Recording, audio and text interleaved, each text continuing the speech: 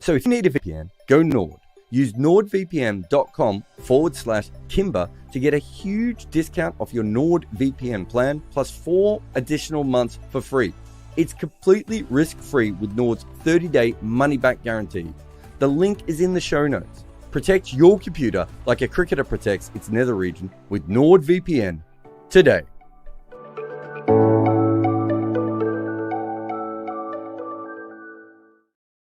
Morning, everyone, and welcome to the scoreboard. Well, I don't think we quite expected that. England bowled as well today as Jeetan Patel pretended that they did yesterday.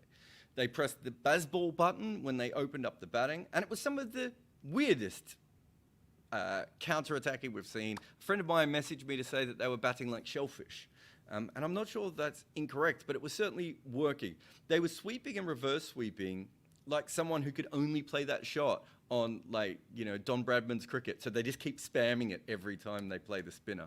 Then Bumrah came on and swung the ball around like the vicious genius he is, briefly ending England's feeling of parity.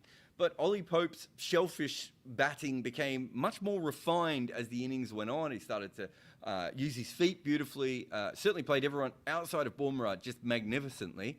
And his partnership with Ben Foakes, who was more of a cameo than anything else, completely changed this game.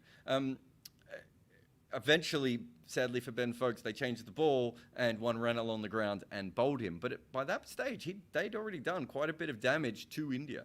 England now have a chance of winning this game.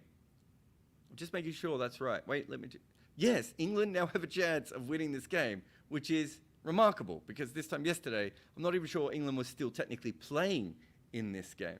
It's obviously still India's match to lose, but there is no reason for England to bullshit about how well they played today, because they actually played well today. We have a day 4 where both teams could win. Who would have thunk it? All right, well, let's get us to the scoreboard part of the scoreboard, the boardy bit of the scoreboard. I'm not sure either of those really work, but let me move my script around and make sure I don't drop everything on the way. We're going to start with Bazball, because Bazball works in India. First innings, there were little parts of Bazball, you know, where they were batting, the way they went after the seamers.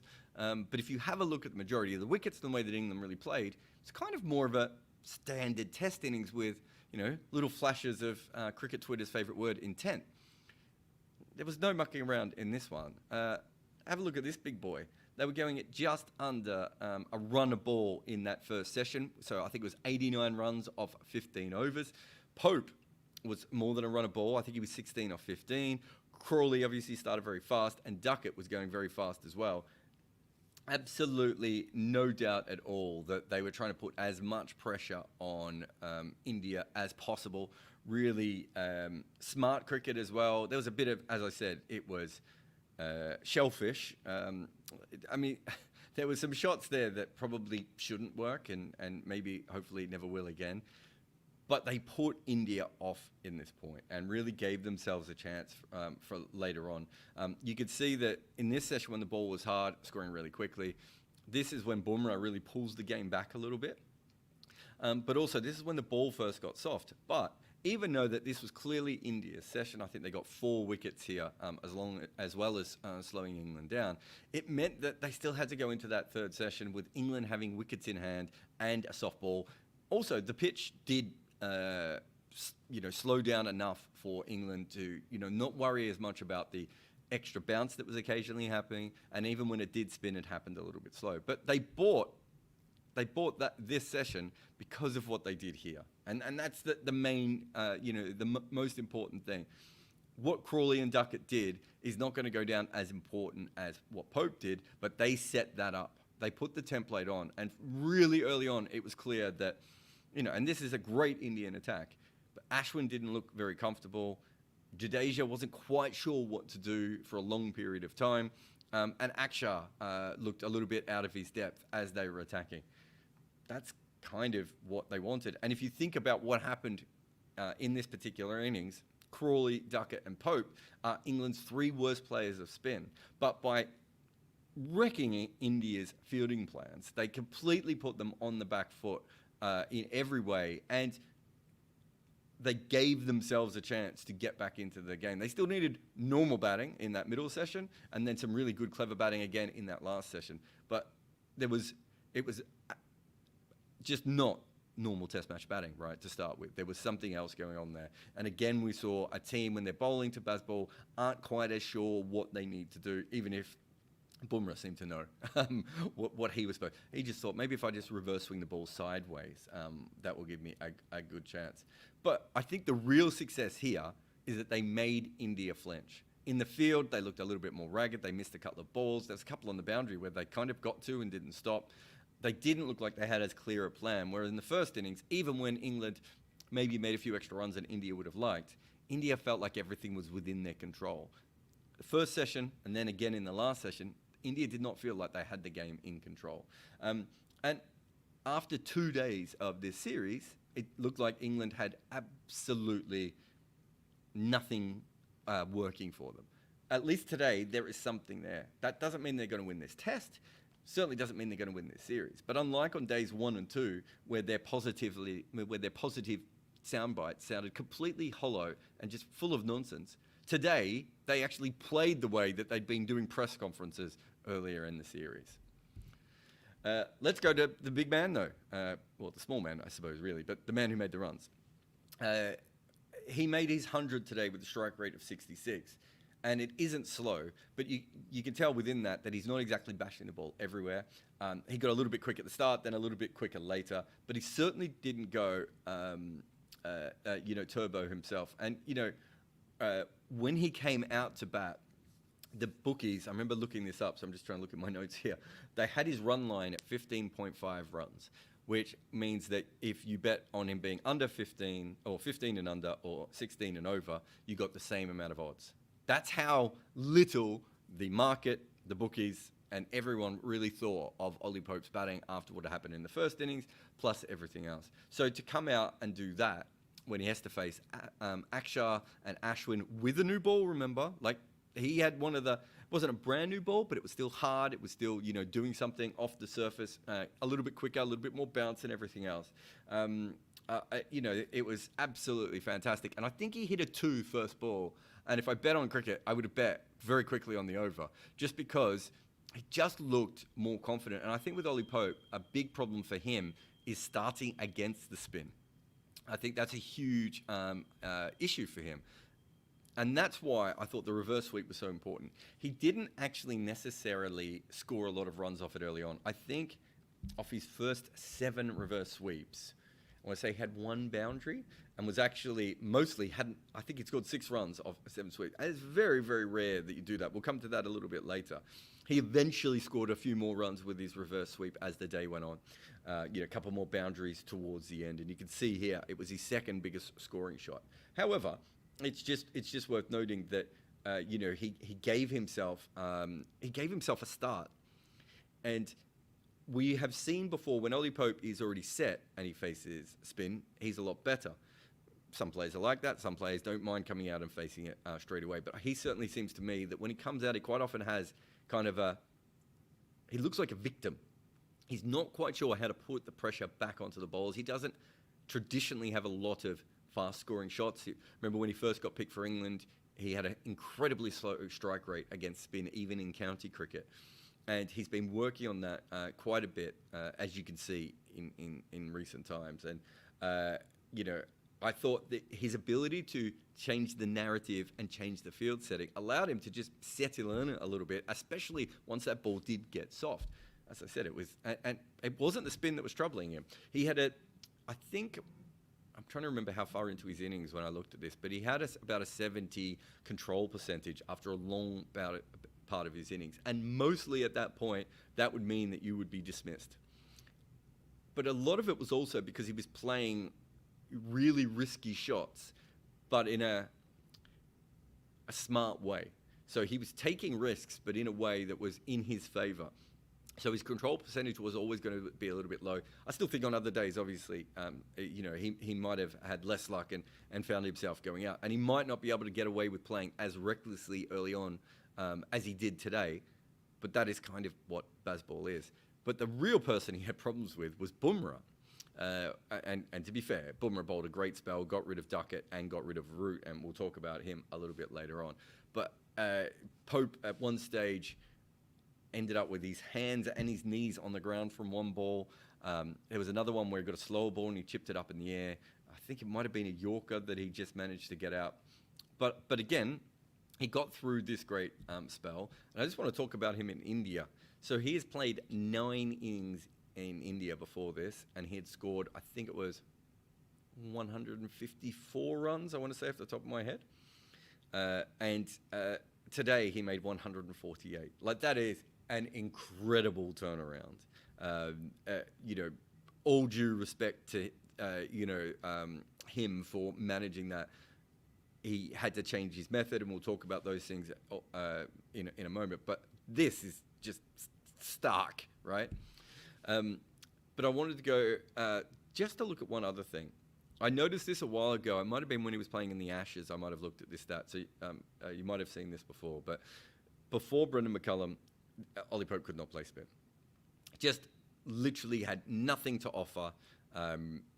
Was just stuck on the crease. As I said, he wasn't a good strike rotator, and he didn't really have boundary options.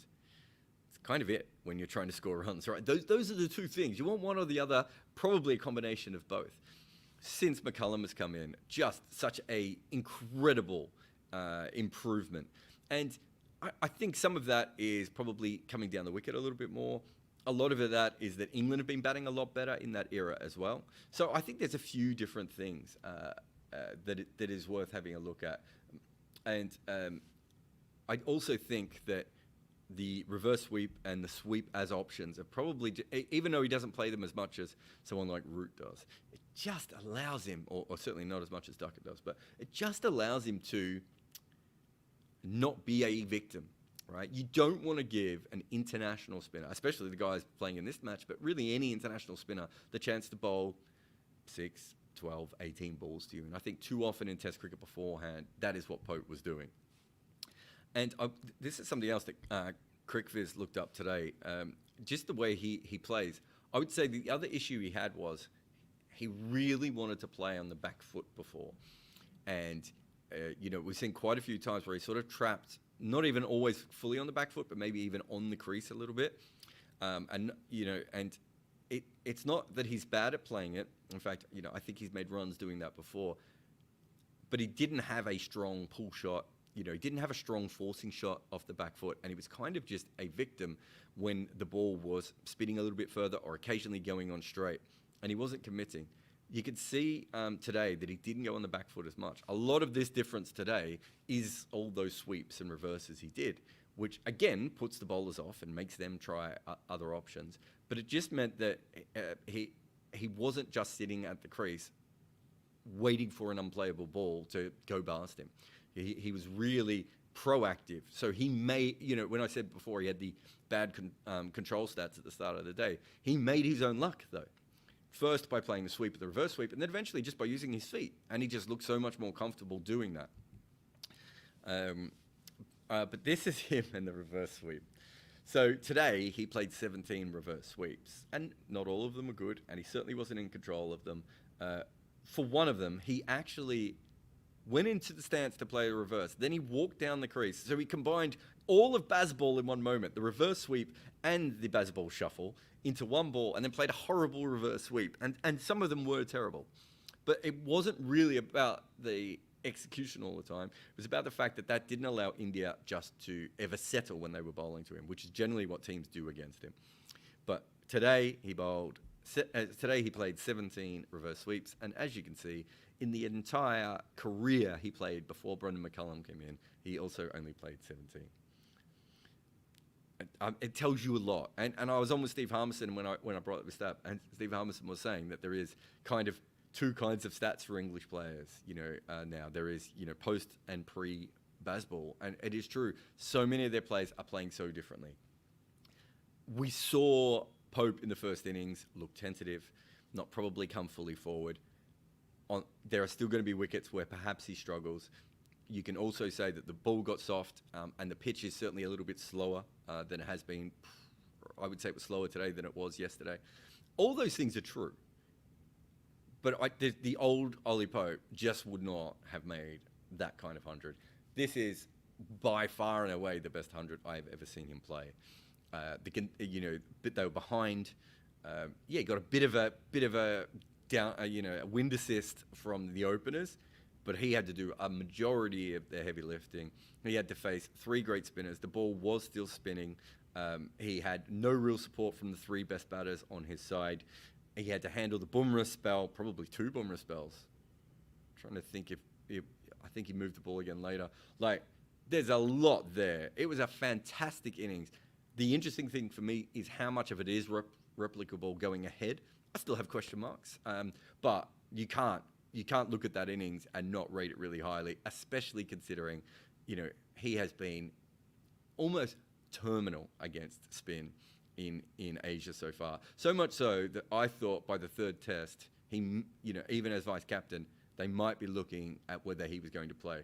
We're certainly going to play the 3rd test now, and one more innings like that, and that's enough for them in this series. Those are the kinds of innings that we talked about in the Bazball video that we made on the main channel beforehand, right? Which is, the ability to put pressure back and to just mangle the minds of the Indians, and then the fact that he did that at the start, and then at the end, he put on just a proper innings as well. I thought it was fantastic from him.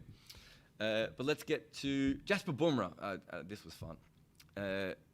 Just a brilliant mini spell here. He had the LBW, which I think they didn't review, and I believe that they didn't review it because it hit Ben Duckett on the knee roll.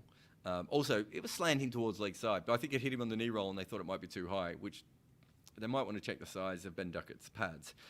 And then, of course, he produces this ball later on, coming from around the wicket, angling back, but then swinging in to hit the top of off stump. If you haven't seen it, I think I've tweeted it, but you can find it on the BCCI's feed as well. Just one of the most incredible sounds that you will ever hear. It reminded me of the Michael Clarke dismissal by Simon Jones in the 2005 Ashes. The stump, when it was hit, it sort of springs out of its place, and then it's like, if you've ever watched like the 80s or maybe the 60s and 70s sort of Hong Kong action films, maybe the 80s Hong Kong action films as well, and then The Matrix, where they used to do this thing where someone would kick someone, but because they'd have them on ropes, then they'd be pulled away even more dramatically. That's what the stump looked like. It was just beautiful. And all play to Ben Duckett for just like seeing an all-time ball come down to him and think, do you know what, I could probably just smack this through covers.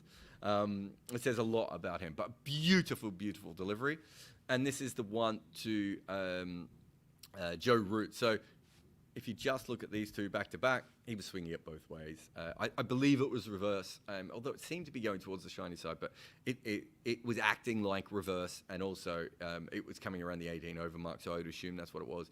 But to Duckett, he was swinging the ball both ways, so he was actually swinging the ball away more, but it was the LBW that should have been given, and that wasn't, and then this bowled that came back, but he bowled plenty that went the other way.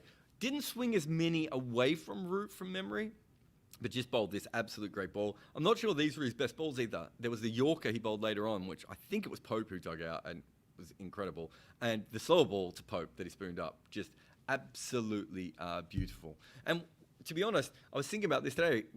Because of his injuries, we just haven't seen Bumrah bowl enough in India. And there was someone I think asked on a question the other day of whether Mark Wood should have been playing with everything we saw. And then someone else had asked me on email on my emailer, which you can subscribe to at Jared Kimber Substack, whatever it's called. But they were asking me whether Anderson should play. The interesting thing about that is that if you really dig in, Bumrah is a combination of Anderson and Wood. He has Wood's pace and energy.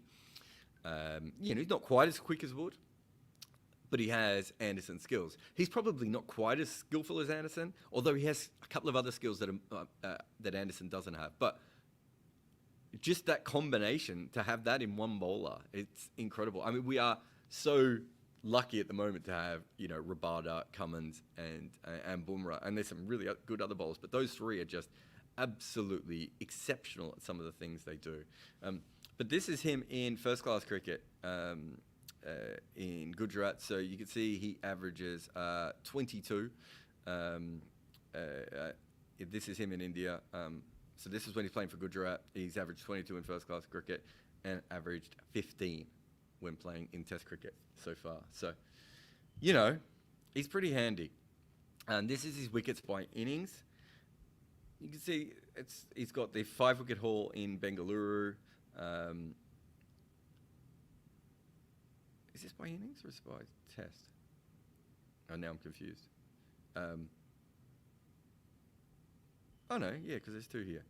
He hasn't got 4 wickets here, has he? I can't even remember now. Anyway, point being, you know, very, very consistent so far. But it's the impact he has when he's bowling really well. We all know there are going to be certain times when he's not going to be needed as much. There's been a couple of tests where he probably hasn't quite been at his best as well. But it's just absolutely explosive. And you know, we've seen again his ability to just bowl a spell. If you think at the time when he bowled that spell, I thought it was probably going to win India the game. It's probably now the spell that's kept India in the game, because had Pope found a partner in Duckett or Root, or even, you know, if they'd batted a little bit longer, which allowed Bairstow or Stokes to come in when the ball was a little bit softer and the pitch was even slower, he could still be batting with a specialist batter at this stage rather than Rayan Ahmed, right? They could still, you know, certainly do very well. But yeah, very reminiscent of, you know, Bumrah, just what he did at the Oval in 2021 as well. It happens so often, right? And one last thing that I wanted to have a look at is, the Jadeja balls. I saw the, I don't know really what the treatise is, but I love that the idea of this ball it went through Johnny Bairstow after he left it, and it's been compared to a TV show that's trending.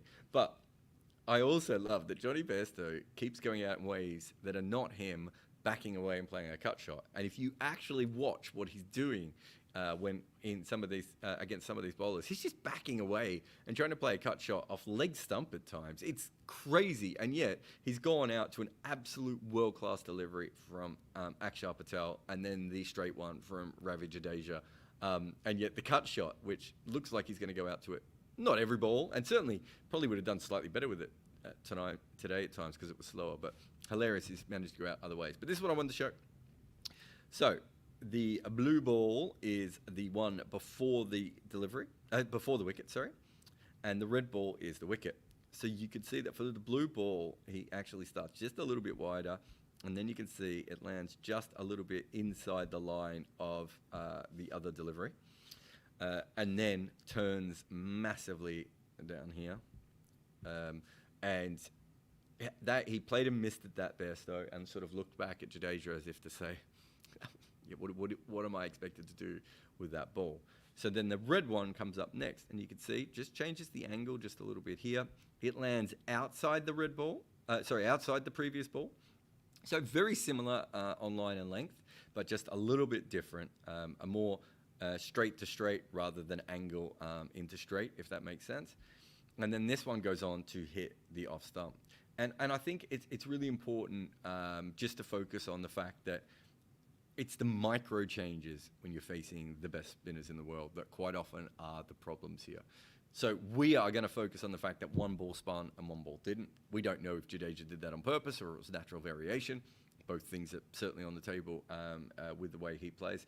But I think what is really, really interesting with these sorts of things is that it's just those little micro changes and everything else. The fact that the next ball was just that little bit wider when it actually pitched than the ball that spun. And you can almost see, and I could be wrong here, but I would say that the reason this blue ball ends up inside the red ball when it pitches is probably the revolutions. So this red ball has slightly less revolutions. Bairstow doesn't pick that, but it's still bouncing wider than the previous one has. And the previous one's ended up 2 foot outside off stump in the wicketkeeper's hands, and this one ends up on his off stump. But just one last thing. These are top 6 wickets to spin on Indian pitches in the last 3 years, I think. this is not very often that someone actually leaves a ball and gets bowled. So I think Bairstow maybe a little bit unlucky there, but it was beautiful bowling. Whether it was all intentional or not, I don't know. The revolutions kind of suggest that maybe that was the idea. Well, not the revolutions. The lack of drift on the other ball might suggest that was partially the idea. But I think the best spinners in the world, their best ball is, and I'm talking about their stock ball here, they should be able to land it pretty much on the spot that they want, but just make all the variations. Maybe it might be pace, maybe it might be overspin, maybe it might be underspin, maybe it might be side spin, and even if you can slightly vary where you release it from on the wicket, but it still lands in the same spot, it shows you why facing these bowlers is so tough. And that is a big difference to what we will see, when the, Rehan Ahmed and Tom Hartley bowl. That's not disrespectful to them because we're comparing them to the greatest modern day spinners. But you do see just how different it is and why it's so tough. But that's the end of me on the scoreboard today. So next part of the show, as always, is questions from you. So please come through and ask me anything. If you're desperate to ask a question, the super chats are always the way to go. But if not, put it in. The more comments, the better in the group. And we'll take a quick break here. And after the break, I'll come back with your questions. I'm Jared Kimber, and this is The Scoreboard. A lot of people complain that I'm not a former cricketer, and so that I don't really know the game. Well, you know what they can't claim? That I don't know desks. I've been using desks for years. I'm a collector of desks, old and new, and I'm sitting on a new one right now. I'm the Don Bradman of sitting at desks. So when I tell you that the E7 Pro next generation height adjustable desk from FlexiSpot is legit, this is like Michael Jordan talking to you about sneakers. This desk holds 160 kilograms. It is as stable as anything I've ever seen, and it has under-desk cable management.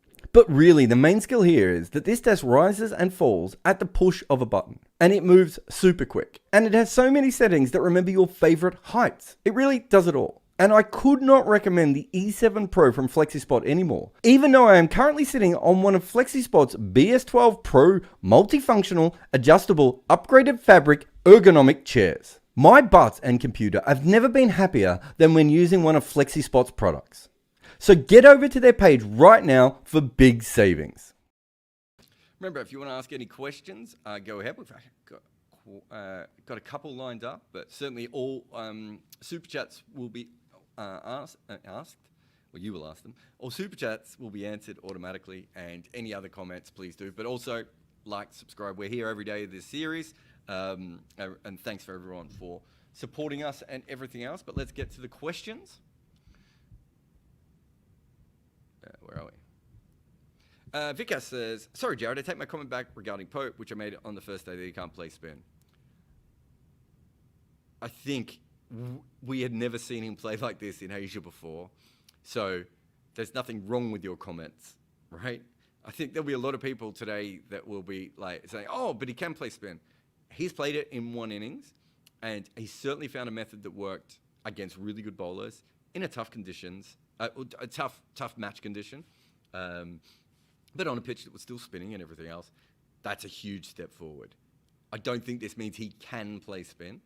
I think it probably means that he's found a method, at least in the short term, that works really well. Now he has to deal with the fact that teams will prepare for that a little bit more, right? Like it's a bit like the old Muhammad Ali right-hand lead, right? I don't think they were quite ready for Pope to play that way against them.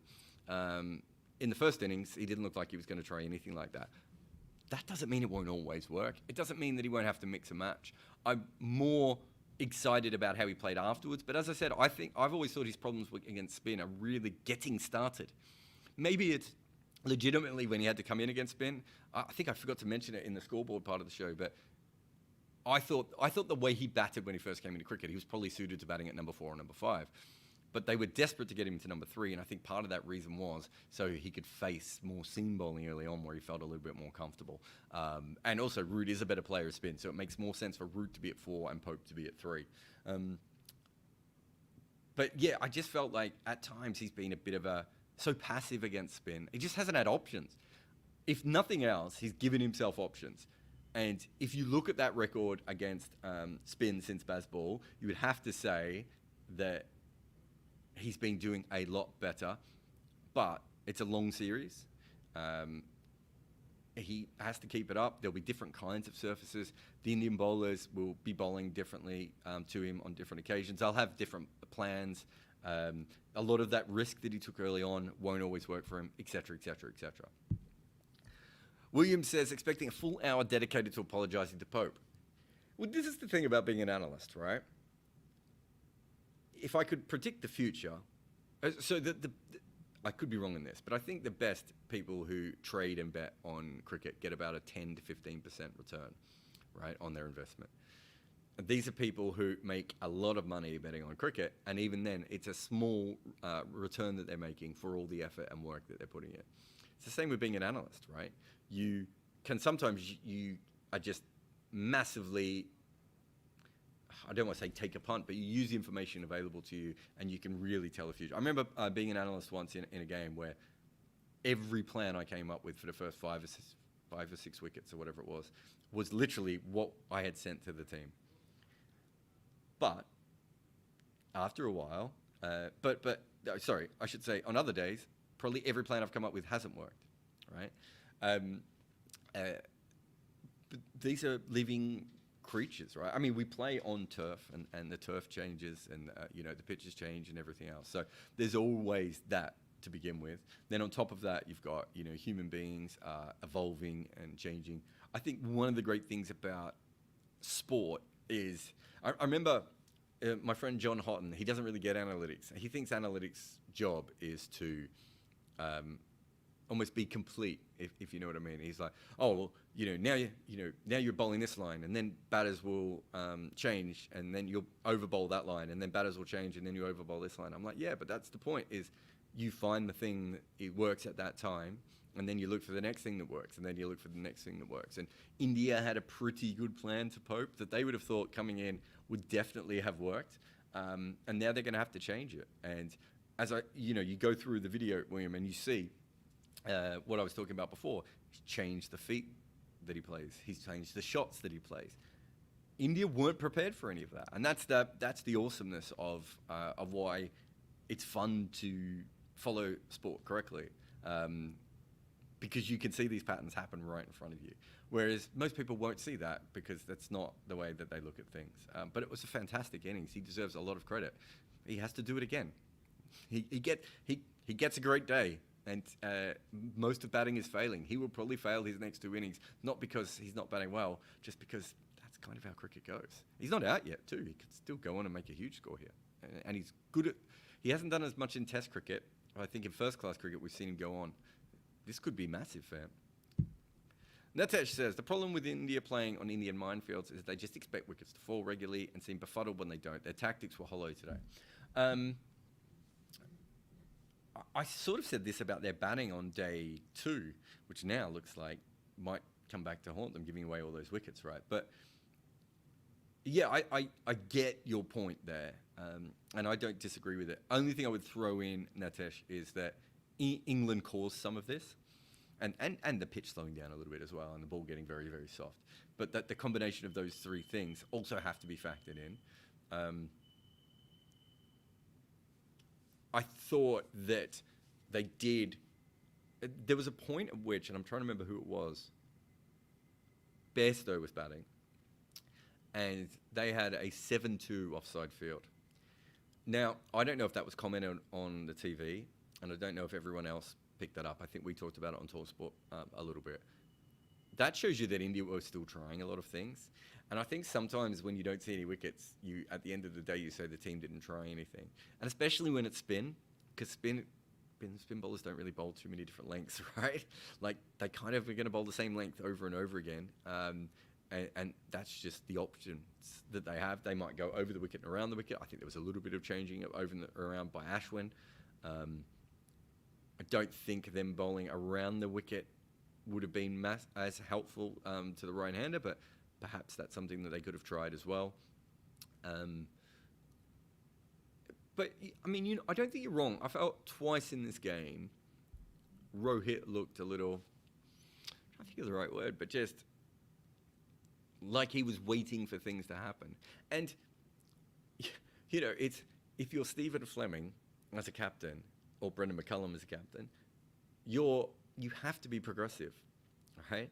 Because you are always coming at it from a position of weakness, unless you happen to be on a wicket that really suits your right arm swing bowling teams, right? Whereas when you are Rohit Sharma or Ricky Ponting, it doesn't really make as much sense to be progressive. You're bowling. Look at Steve Waugh. Steve Waugh was thought of as a really good captain. Man was basic. Some of the most basic fields. He would just no matter what, keep 4 and 5 slips in for hours because there was no thinking, there was no creativity. But he also had Gillespie, Fleming, McGrath, Lee, guys who got a lot of edges. And so I do think there is a situation where when you have those kinds of things, you just go with what you go. And you're right.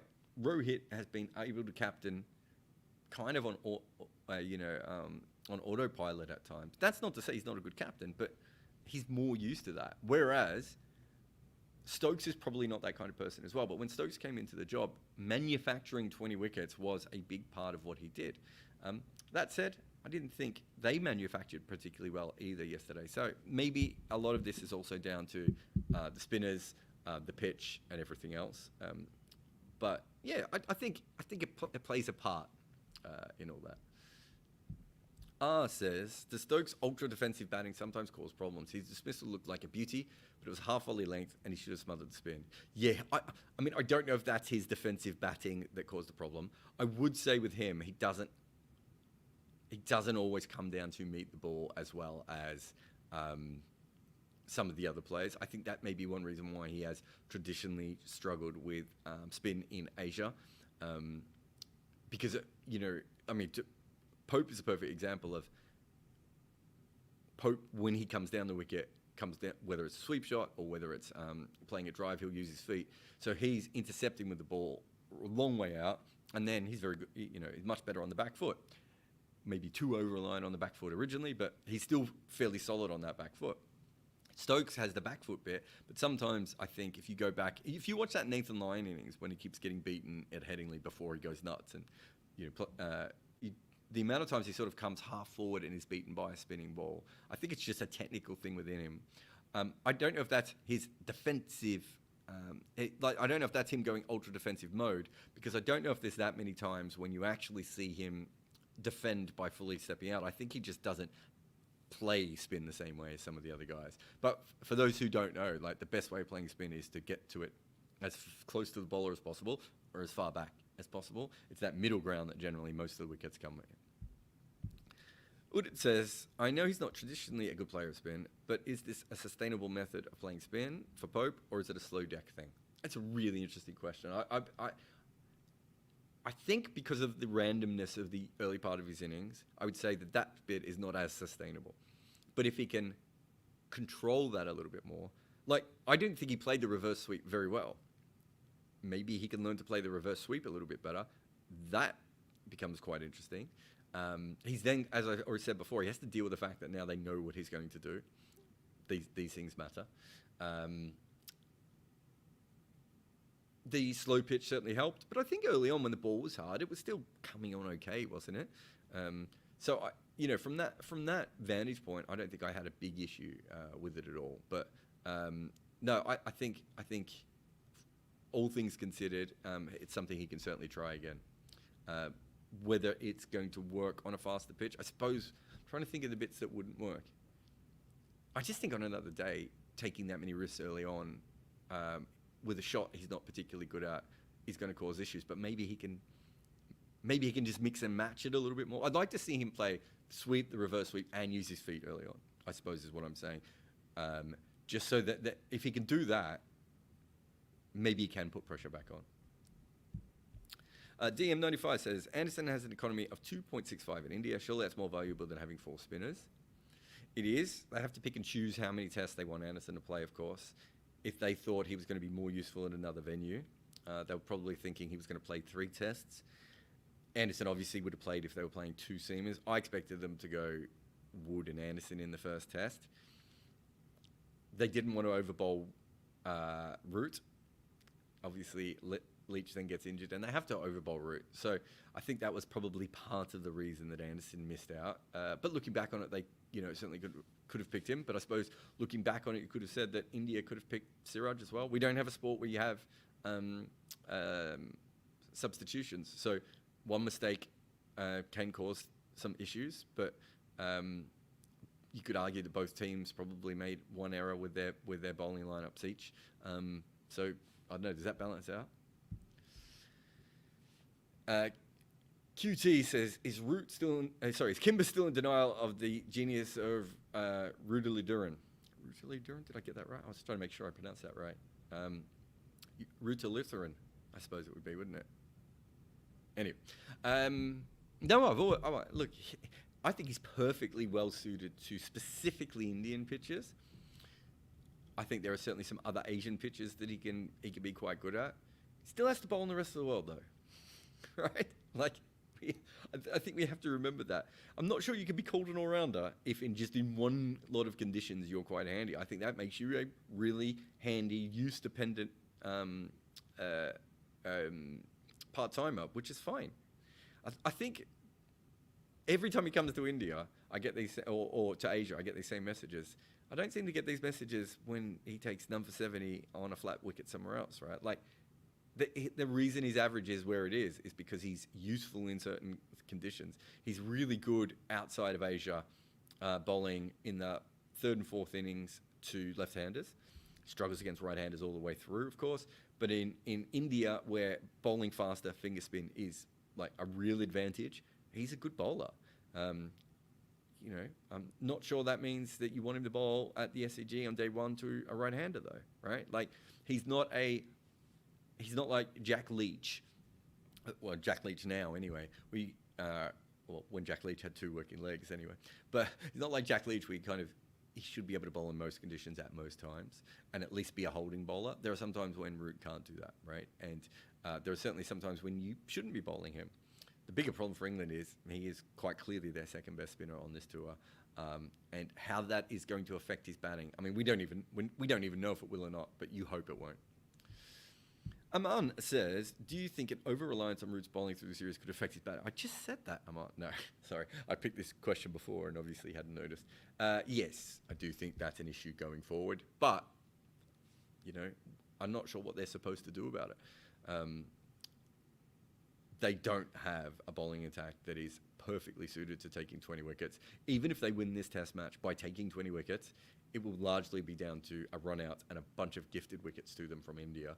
If India bat sensibly for the rest of the series, they're really going to struggle. Root is going to have to bowl a lot. I think he bowled the equal most overs he's ever bowled in an innings at the start of this game. And he's going to have to bowl again in the second innings, and he's probably going to have to bowl quite a bit in the second match. If Leach's leg injury means he can't play in the next test, and I don't think that's the case at the moment, but if it does, Root's their best spinner at the moment, and that's going to cause some issues. All right, we'll take another break here, and then after the break, we will come back and we will do the last bit of the questions. This is a Scoreboard. I'm Jared Kimber. This is the advertisement. So if you need a VPN, go Nord. Use nordvpn.com/Kimber to get a huge discount off your Nord VPN plan, plus 4 additional months for free. It's completely risk-free with Nord's 30-day money-back guarantee. The link is in the show notes. Protect your computer like a cricketer protects its nether region with NordVPN today.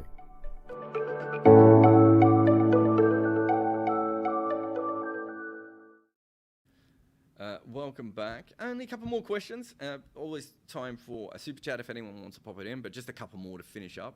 Thanks to everyone who's here. Thanks for the comments. Just if you're gonna put the same question in all the time, just so you know, I'm not gonna answer it. All right? Just ask your question. If I like it, I will get to it. If not, I won't. If you're desperate to ask a question, super chat is the way to go. But thanks to everyone. We've got a lot of super chats on days 1 and 2, and thanks to everyone's support there. And also, we've had a bit of a subscription bump and quite a few people following this show, so thank you to everyone. Chirag says, very nice analysis. Wow, very nice comment, Chirag. The betting markets in the morning indicated 17 to 1 on considerably shortened. 1 to 17 odds that have considerably shortened to 1 to 5 for England winning now. Always thought these were very long. Yeah, I wasn't following that. I was actually this morning really fascinated with some of the wicket markets and the run markets, especially when England started, because I kind of thought that Duckett and Crawley would get a good start again, and I thought that they were way too short. And that's what I don't bet, but if I would have bet, that's probably where I put my money on. And as I said before, when Pope hit that first one for 2, and his run line was like 15 and a half runs, I'm like, yeah, I think I would have taken that as well. But I didn't look at that. But yeah, England had no chance of winning, and they've got a decent chance now. And you would assume that, let's say 50 runs is the over-under mark for, and maybe it's even 35 runs, is the over-under mark for what they will score from here on in England. That still gives them a good chance of winning the game. The pitch, in fact, I think someone else has asked me about the pitch. I'll just go across here. Happy says, seeing the pitch is still getting better to bat on, do you think India would have done if they had won the toss? Well, when you say the pitch is getting easy to bat on, Ben Foakes just got bowled out with one that ran along the ground. India's big problem in this game is that when the pitch was probably at its best batting, they batted for a good period of time on, and they gave away their wickets. They probably now should have made 550 to 600, which they certainly had the talent and the bowling attack against them to be able to score. It's not the end of the world, but that collapse at the end. I think their last 3 wickets have been averaging around 54 runs. Everything falling so quickly certainly caused some issues there. But yeah, the Ben Foakes one is quite interesting. I thought when the ball was hard, there was a bit of inconsistent bounce. You only need, this isn't, Rohit's there, but there's no Rahane, there's no Pujara, there's no Kohli, there's no Rishabh Pant. Different kind of Indian batting lineup. One ball keeps low early on and Rohit's out. We're going to see what. I still don't think England have the lineup to be able to bowl India out unless the pitch is massively in their favour. So it would really have to be inconsistent bounce, I would have thought, from here on in. But, Wood works out how to swing a couple of balls. He chips in. They get a little bit lucky. They put some pressure on. It is possible that they win from here. So I don't think the toss is. I don't think that India did anything particularly wrong. Not that they did win the toss, but I think that they still had the better of the conditions, whether they batted first or whether they batted second. Maybe on the first day, he was a little bit quicker the spin. And so perhaps if India had batted on the first day, England bowlers would have done a little bit better. But I find it hard, having watched the England spinners in this game, I just find it hard to believe that India wouldn't have made a big score batting first anyway. And really the issue in this game, the reason that this game is still open is because India didn't just close it with their batting, which they really should have. In fact, if you think about it, they've probably had 3 key chances to close this game out. They could have bowled England out for a lot cheaper in the first innings. They should have batted England completely out of the game in the second innings. And then when Bumrah took his wickets, they should have and then Stokes went out and Bairstow went out. They should have capitalised on that. And so this game is still a contest, and India have had plenty of chances. So toss or no toss, I don't think that matters too much. I know that was the guy who kept spamming. He doesn't get questions. And that's it. For today. Huge thanks to everyone for coming in as well. We'll be back again tomorrow with the scoreboard. We've got some big videos coming up on the main site as well, so certainly check those out. Some interesting stuff about sweeps in England coming up. We'll definitely do a review of this test match. It's been a fantastic test match.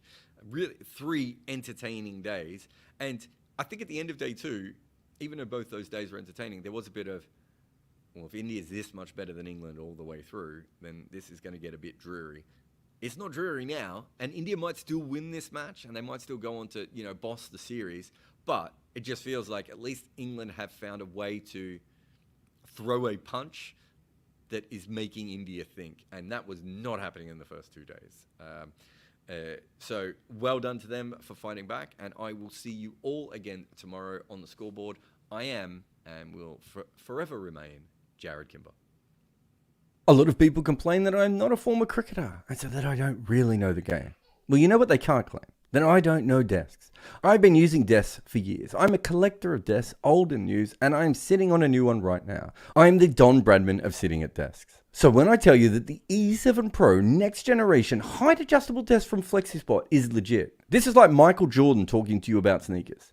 This desk holds 160 kilograms. It is as stable as anything I've ever seen, and it has under desk cable management. But really, the main skill here is that this desk rises and falls at the push of a button, and it moves super quick. And it has so many settings that remember your favorite heights. It really does it all. And I could not recommend the E7 Pro from FlexiSpot anymore, even though I am currently sitting on one of FlexiSpot's BS12 Pro multifunctional, adjustable, upgraded fabric, ergonomic chairs. My butt and computer have never been happier than when using one of FlexiSpot's products. So get over to their page right now for big savings. Occasionally I also talk about behind the scenes stuff. A huge thanks to everyone who has supported us on Patreon and helped us build this channel. Join our Patreon community and unlock exclusive benefits. Enjoy AMAs, live calls with me, and connect with fellow cricket enthusiasts on Discord. Express your cricket fandom with Bodyline t-shirts. Discover their extensive range of player-inspired tees, featuring cricket legends such as Murali, Warne, and Wasim. With team-themed designs and options for hardcore cricket nerds, they've got you covered no matter what your interest in cricket is.